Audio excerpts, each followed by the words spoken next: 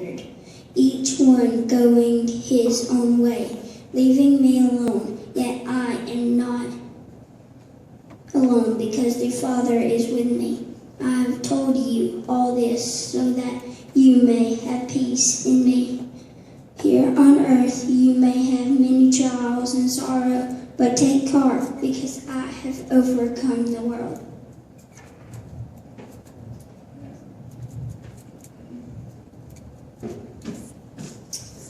Overcome. It's such a powerful word. The word overcome means to succeed in dealing with difficulty, to defeat, to overpower. Through this series, we have heard stories in overcoming addictions and overcoming sickness. This morning, you are going to hear a story of a miracle, of a little girl overcoming death. But when we are finished, we will tell you the true meaning of overcoming for us personally. God chose us to be his characters in this story, but truly this is not our story. This is the story of Abigail. Abigail Jane Howard was born on June 29th, 2004. But for her story to be told completely, I have to start 27 and a half weeks earlier. And yes, I did say 27 and a half weeks. We found out we were pregnant in January 2004. And just like most all young couples, we were both excited and terrified. At 23 and 21, we had surely been given a lot to deal with in our lives. In our 2 years of marriage, we had moved away from our families and dealt with the death of my mom. Stephen had accepted a pastor position in a new church and was in the last stages of the application process for a job with Mercedes. And I had just started dental school. And now we were going to have a baby. The only thing that kept us from losing our mind was 1 Corinthians 10:13, which says, "No temptation has overtaken you that is not common to man. God is faithful, and he will not let you be tempted beyond your ability, but with the temptation he will also provide the way of escape, that you may be able to endure it." Over the next several months, though, this verse would take on a new meaning. When I was around 3 months pregnant, I started spotting, and scared that I could be losing the baby, we rushed to the doctor's office. We learned that the spotting was due to placenta abruption, a condition where the placenta tears away from the uterine wall and in severe cases can cause the baby to die. I was told to take it easy for a few days because the placenta and uterus can reattach. It seemed simple enough, but there were a few good days when everything seemed fine, but the spotting started again all day, every day.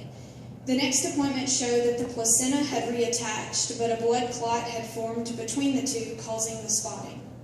As long as there was no change, we were in the clear. Things, though, did not stay the same, and somewhere between 18 and 21 weeks, the pregnancy took a turn for the worse.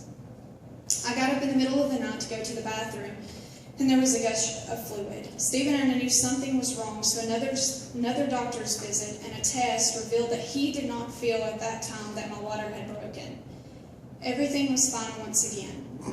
Around 20 weeks, we headed to the doctor to have a video made of our little girl, but received bad news instead. He told us that I did not have enough amniotic fluid for the video and that my fluid level was even too low to support the proper development of the baby. The doctor explained that normal fluid level is 10 to 25 centimeters, and my level had reached 2 centimeters. This level does not support lung development, nor does it give the baby room to move, allowing proper muscle development. We were in shock. Then came the bombshell question. The doctor looked at me and said that he did not think the baby would make it, and would I consider having an abortion. Being pro-life, Stephen and I both quickly said, no, that is not and will not ever be an option. He then referred us to Kirkland Clinic and to the genetics clinic in Birmingham. Tests were completed at the genetics clinic for cerebral palsy and spina bifida, all of which were negative. The counselor then asked us once again if we wanted to have an abortion because the dangerously low level of fluid was still negatively affecting the baby and could ultimately affect the future, what her future would be like. We informed her that we would take the baby God wanted us to have, and we would not consider an abortion. My next appointment at Kirkland Clinic confirmed every diagnosis given by my doctor with one significant change, that more than likely my water did break during the 5th month because the blood that had formed earlier punctured a hole in the placenta. Their suggestion was that at 22 weeks, On Memorial Day weekend, I needed to be admitted into UAB Hospital until I delivered. That should have sounded great, but to a freshman dental student who would not be finished with school yet, and to a new employee of Mercedes who absolutely could not miss a day of work, this news only added to the already heavy load we were carrying. We knew we had to get through this part because our baby's life depended on it, so we prayed and cried and did some worrying on the side too. I was admitted into UAB, and with 2 weeks left of the first year of dental school, I had received permission by all my instructors to finish my classes from the hospital, and had received permission from my UAB doctors to attend a maximum of 3 hours in class, since the school was across the road. And poor Stephen just accepted the fact that he would be sleeping on a hospital pull-out sofa for an unspecified length of time. God worked it all out perfectly, and the next 2 weeks were spent going back and forth from the hospital to school, making sure not to miss the frequently scheduled 30-minute monitoring of the baby's heartbeat. I finished my first year of dental school, and Stephen was just making the most of his situation, although his back could tell a different story. Days passed, the spotting and bleeding continued, sometimes prompting immediate examination by the doctor, and each time causing my heart to hurt and my stomach to get knotted as I hoped to not hear the words, "I'm sorry your baby did not make it." Through God and God only, we never heard those words. And 3 weeks later, on a Sunday night, I started cramping, so I was put on the monitor and found out that I was actually having contractions. They moved me to labor and delivery, where I stayed until Tuesday. Dr. Prisbus, a fourth-year resident, explained that the baby's heart rate was dropping after each contraction, and it would be best to complete a C-section that morning. So around 10:30 on Tuesday, June 29th, 2004, at 27 and a half weeks pregnant, Abigail Jane Howard was born. We should have been excited, but to be honest, we were terrified. New parents anxiously await that first cry in the delivery room. But that morning in my delivery room, there was silence. There was no first cry. There was no first breath. There was no heartbeat. Abigail was not alive. The commotion started as doctors and nurses moved around the room, and without ever seeing her face, they took Abigail from the room to a smaller room to start the difficult task of getting this premature 27-weeker to breathe, while we, the confused and terrified parents, waited in the next room, unaware of what our baby was going through. Dr. Gepfert, the attending physician, informed me and Stephen of Abigail's situation and that her prognosis was not very good. As they wheeled me to recovery, I tried to catch a glimpse of Abigail in that little room, but all that could be seen was a sea of scrubs and white coats hovering over a table. I spent an hour in recovery, which felt like an eternity, receiving no update on Abigail. I laid on the bed shaking from the epidural with the thought, "Is my baby alive?" constantly running through my mind. Finally, the hour was over and they wheeled me to my room. After looking at my friend's face and seeing a small bit of hope, I knew Abigail was still alive. Dr. Shalanka, a neonatologist, and Dr. Sims, a neonatology fellow, came into my room to discuss the details about Abigail. Dr. Sims explained that at delivery, Abigail's lungs were as hard as rocks and would not allow her to take her first breath. They worked for several minutes before they actually burst Abigail's lungs so that they could get her lungs to move with a ventilator. The burst lungs caused Abigail to get pneumothorax, fluid around her lungs. In order to remove the excess fluid, bilateral chest tubes were placed. They also had to place Abigail on a ventilator, an oscillator, which is a machine that vibrates her chest to keep the lungs from collapsing, and a nitrous oxide machine. Dr. Shalanka then added that her situation did not look good, and that as soon as I could get out of bed, I needed to go see her because they didn't know how long she would live. The next few hours passed slowly as I waited for all my feeling to return so I could go to the NICU. Stephen, his parents, and our friends had already been to see Abigail. At 10 o'clock that night, it was my turn. As Stephen wheeled me to the NICU, he told me not to be overwhelmed by all the machines and tubes. He told me she was very swollen from all the fluid and very small, but she was beautiful. Dr. Shalanka met us near her bed and told us the outlook was not good. She was very small and very sick, and he really only looked for her to live a couple of days, and even that was hopeful. Stephen very confidently looked at Dr. Shalanka and said, "That's fine, but you are not God." I moved closer to her bed and touched my daughter for the first time and held her hand for a long time. During this time, I learned that Abigail weighed 2 pounds 3 ounces, and was 14.75 inches long. She was covered in tubing from the ventilator, oscillator, nitrous oxide machines, bilateral chest tubes, and IV lines that carried 12 medications through her body just to keep her alive. Stephen and I went back to my room where we prayed, but at the same time discussed the what-ifs. What if she didn't make it? We decided that we would bury her next to my mom at Maxwell Chapel if something happened. Let me tell you, it is tough having to discuss the possible funeral of your baby who hadn't even been alive for a day and a baby you hadn't even held. Sometime during that first night, Stephen received a phone call from the NICU nurse saying that Abigail had coded and he needed to come to the nursery. As Stephen entered the nursery, he saw his 2-pound baby girl being picked up by the doctor so that chest compressions could be performed. As her life hung on by a thread, Stephen cried and prayed. Finally, he heard the most wonderful noise, her heartbeat. She was hooked back up to all the machines, and there she remained. The dreaded 2 days passed that she had been predicted to live, and then something wonderful and miraculous started happening. Slowly, Abigail started improving. Tubes and machines were being removed, and medications were being stopped. 4 days after her birth, Abigail was off all the medications but one, and off all the machines. The ventilator tube was replaced with nasal oxygen. When the oxygen delivery tubing was changed, there was a split second where we were able to see our daughter's beautiful face for the first time. It was also on this day that we were able to hold Abigail for the first time. The doctors returned with a look of disbelief on their faces, and the only answer they could give us was, "We don't know." As they shrugged their shoulders, we knew God had saved our daughter. Over the next few weeks, Abigail continued to improve, and we were finally moved to an incubator. We thought we were in the fast lane to recovery. But we received more troubling news. An ultrasound revealed Abigail had a grade 2 to 3 bleed in her brain, the worst being grade 4, that had stopped, but it had left a blood clot that was blocking the flow of CSF fluid from the brain to the spinal cord. They would need to closely monitor it during her stay at the hospital. We then began to notice that Abigail started to look bad and her color changed from a healthy color to pale and then to a greenish color. A spinal tap confirmed Abigail had a staph infection, and an x-ray showed she had atelectasis, a collapsed lung. Abigail was put back on a ventilator and a few medications. We felt like we had started all over again. Abigail seemed to continue to improve even through all of this. The nurses began having to sedate her with morphine because she would not leave the ventilator tube alone. They had already assured us that premature babies could not self-extubate themselves. A couple of weeks later, on a Sunday morning, Stephen went to preach in Townley, and I went to the nursery to find that Abigail had indeed self-extubated herself and was doing good enough to be placed back on nasal oxygen and put in an incubator. If things continued to improve, we would be moved downstairs to the step-down nursery. We were back on track.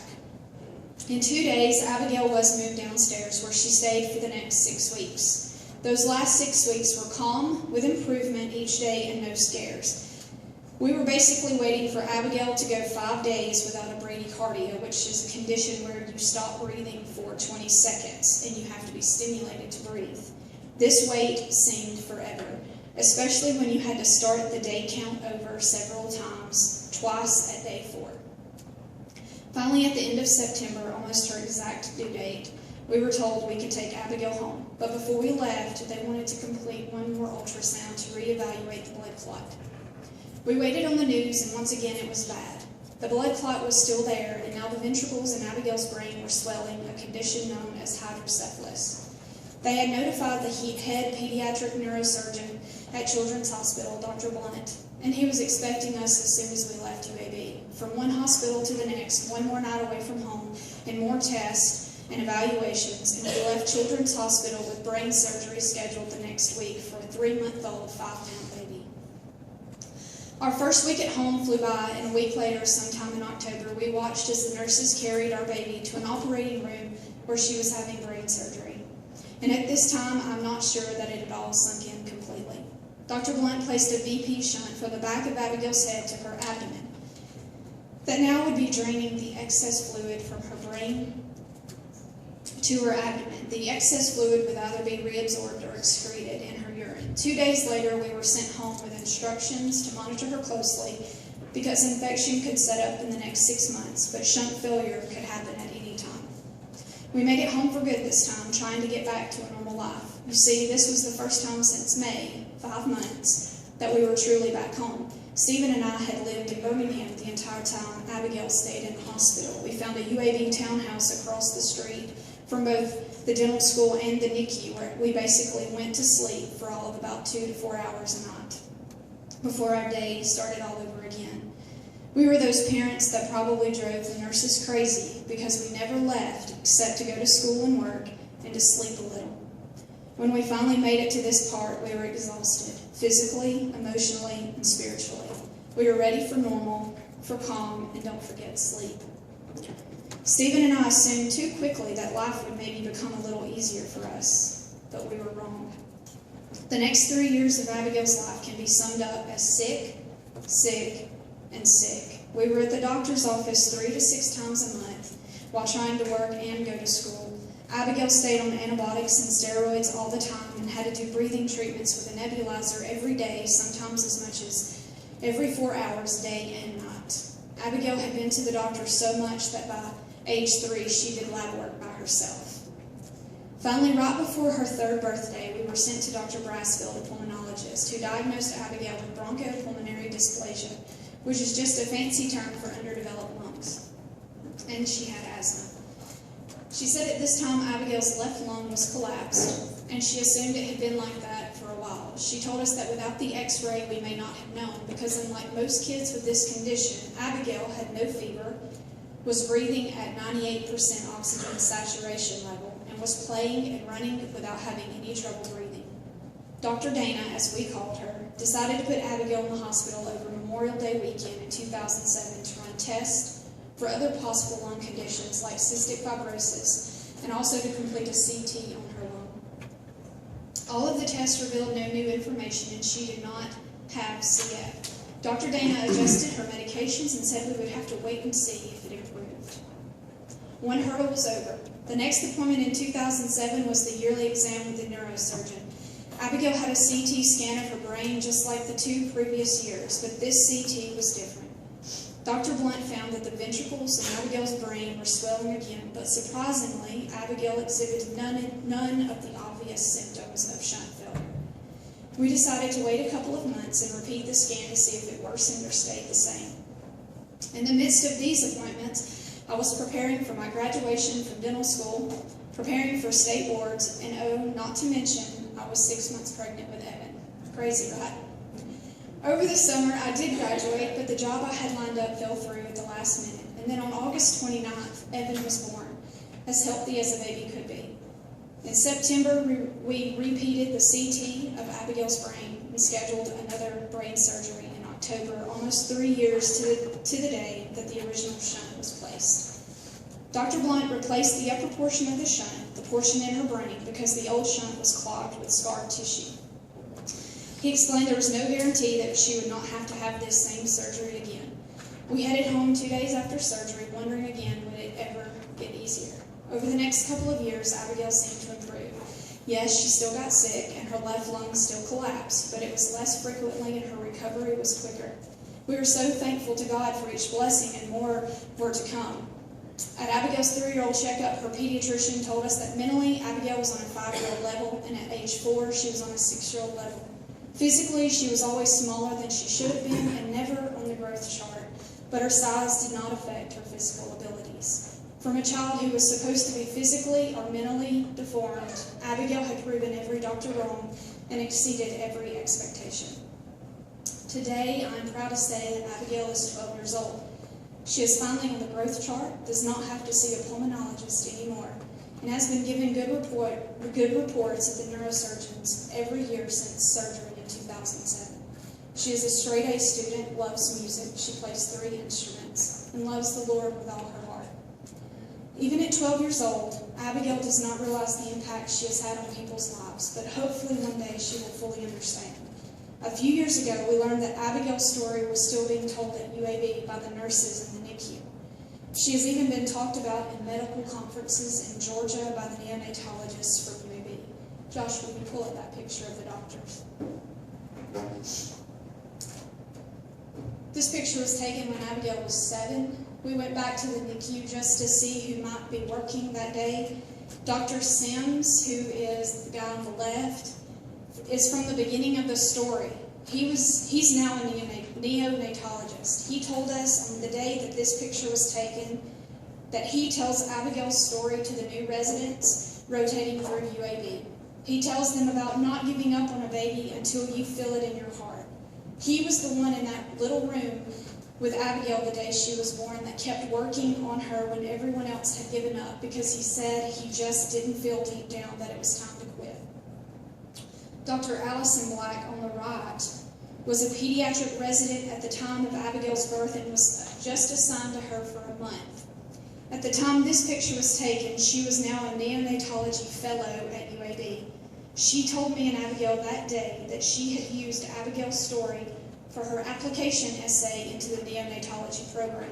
She also told us that it was Abigail's picture that hung on her refrigerator, even though she had only known Abigail for a month. The biggest impact Abigail has made in her 12 years is on me and her dad.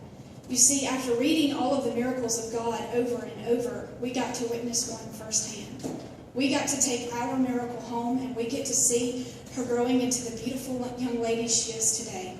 We tell her all the time to never question why she is here, to never question her purpose on this earth.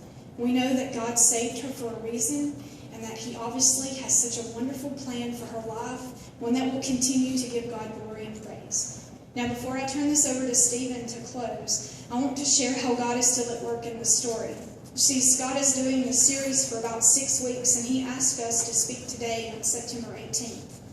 What Scott did not know, but God did, is that Abigail's due date was September 19th, and that we went home just a couple of days shy of her original due date.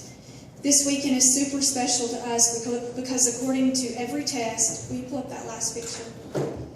Because according to every test, every doctor, and every statistic, Abigail should not be here. The picture you see on the screen should not have been possible. But God had a much different plan for our family. The devil thought he had us defeated, but God overcame. I told you at the beginning of the story we would close with what the word overcome means to us personally, so Stephen is going to close this morning.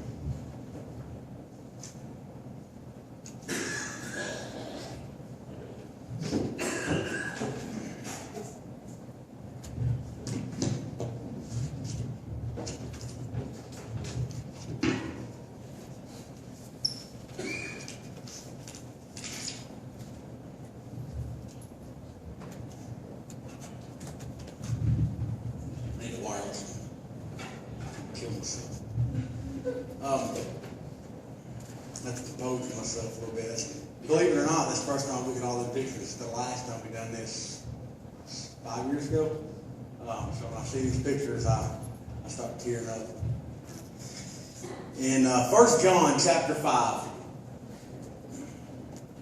everyone who believes that Jesus is the Christ has been born of God.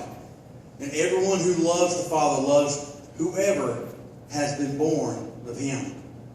By this we know that we love the children of God, when we love God and obey His commandments. For this is the love of God, that we keep His commandments, and His commandments are not burdensome. For everyone who has been born of God overcomes the world.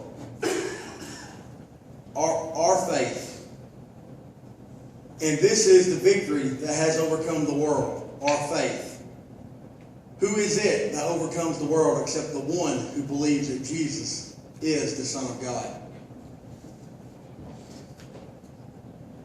I'll try to keep it under an hour. Is that fair? You probably should put that wireless thing on me, Scott. Sorry. Was it tough? Words. I'm crying, man.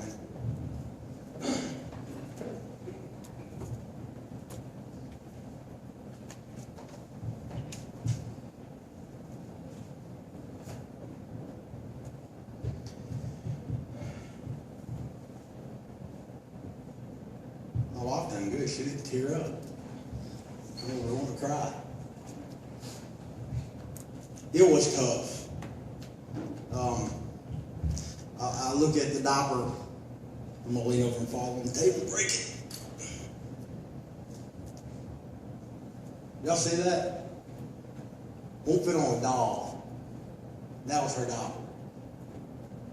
Tell me God ain't good.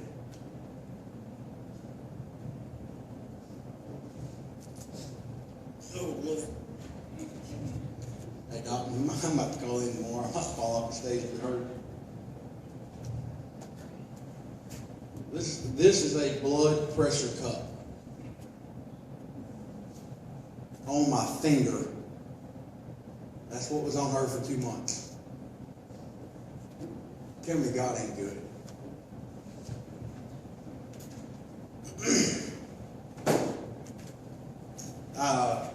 I tell Abigail all the time that she is my biggest hero.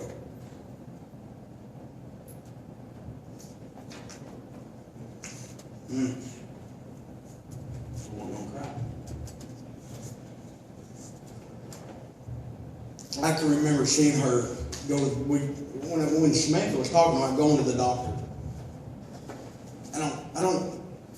I look back and can't comprehend how we done it. Because we went all the time. I'm talking, we didn't even sign in, we just walked to the back. We opened the door and went in. I mean, it was amazing at how much we stayed at the doctor. And to know that God provided every way possible for us to do it.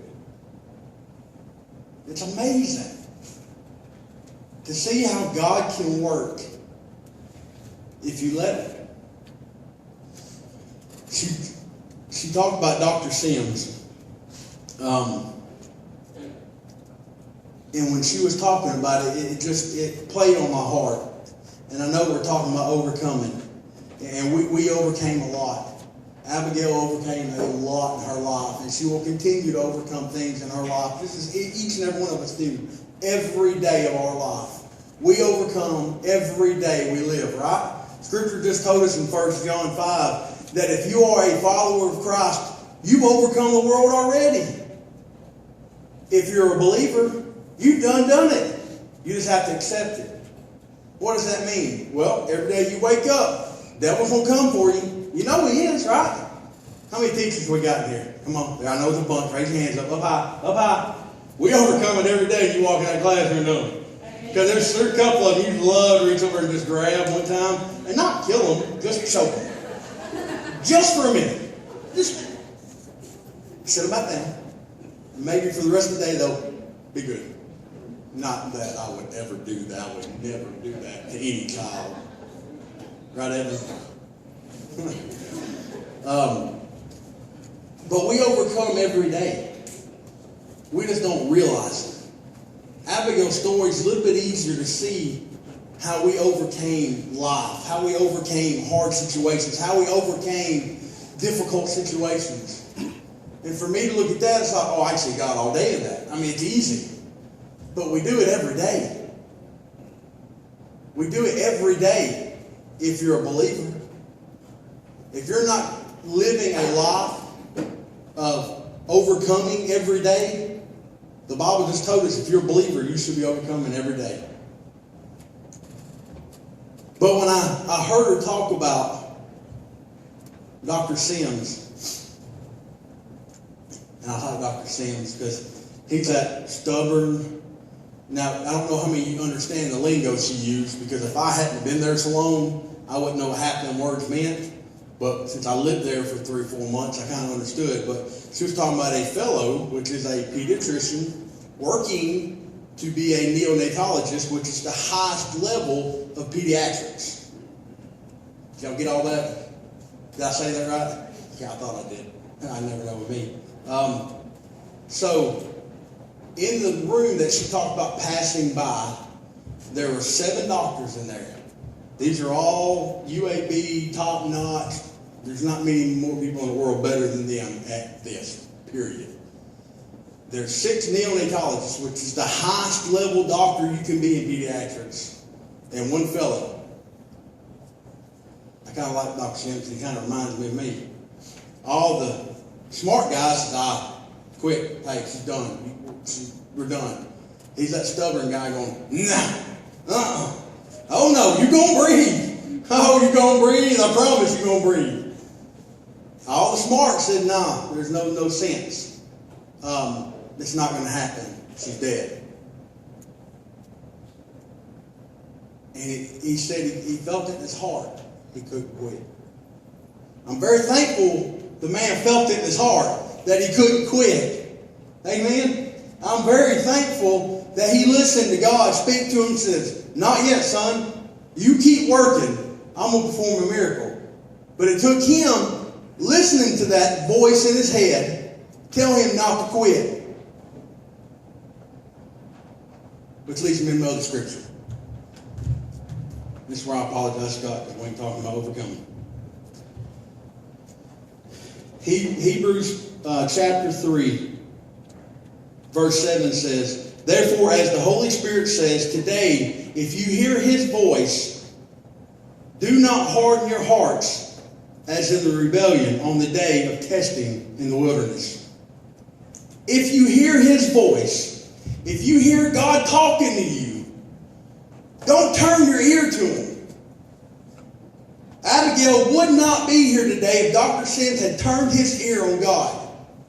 Think of that. Every day in your life, God is speaking to you. If you call yourself a believer, if you call yourself a Christian, just because you show up to church, that doesn't make you a Christian or a believer, okay? We can make this a country club today. Okay? Just because you come to church doesn't make you a Christian. If you call by me saying, hey, I'm an automotive instructor at high school, I can prove it. Why? Well, one, they write me a check. Two, they let me play in the shop all day. Three, they give me all kind of cool tools. I mean, I'm an automotive technician instructor, right? I can prove that. Well, if I want to call myself a Christian, I can prove that. Why? Because my lifestyle backs it. Now, I'm not perfect. God knows people here work with me and have known me for years and seen my temper and they're still married to me for God knows why. But they are. I'm not perfect. And that's okay. We're not supposed to be. But I am a Christian. I am a follower of Christ. That's what I am. And if my life doesn't prove it, I've got a problem. And because I say I'm a follower of Christ, the Word of God told me, when you hear his voice, don't harden your heart. Don't ignore it. How many times every day do we ignore God talking to us? When God said, stand up and back me. Stand up for me every once in a while instead of just for yourself. When God speaks to your heart, are you going to obey God? Just like Dr. Sims did. The world told him, you're crazy. What are you doing? The Bible tells us he'll take the dumb to confound the wise, right? I'm not, by all means, ain't calling Dr. Sims dumb, but in that room, he was the least smart guy. And he wouldn't quit. All the people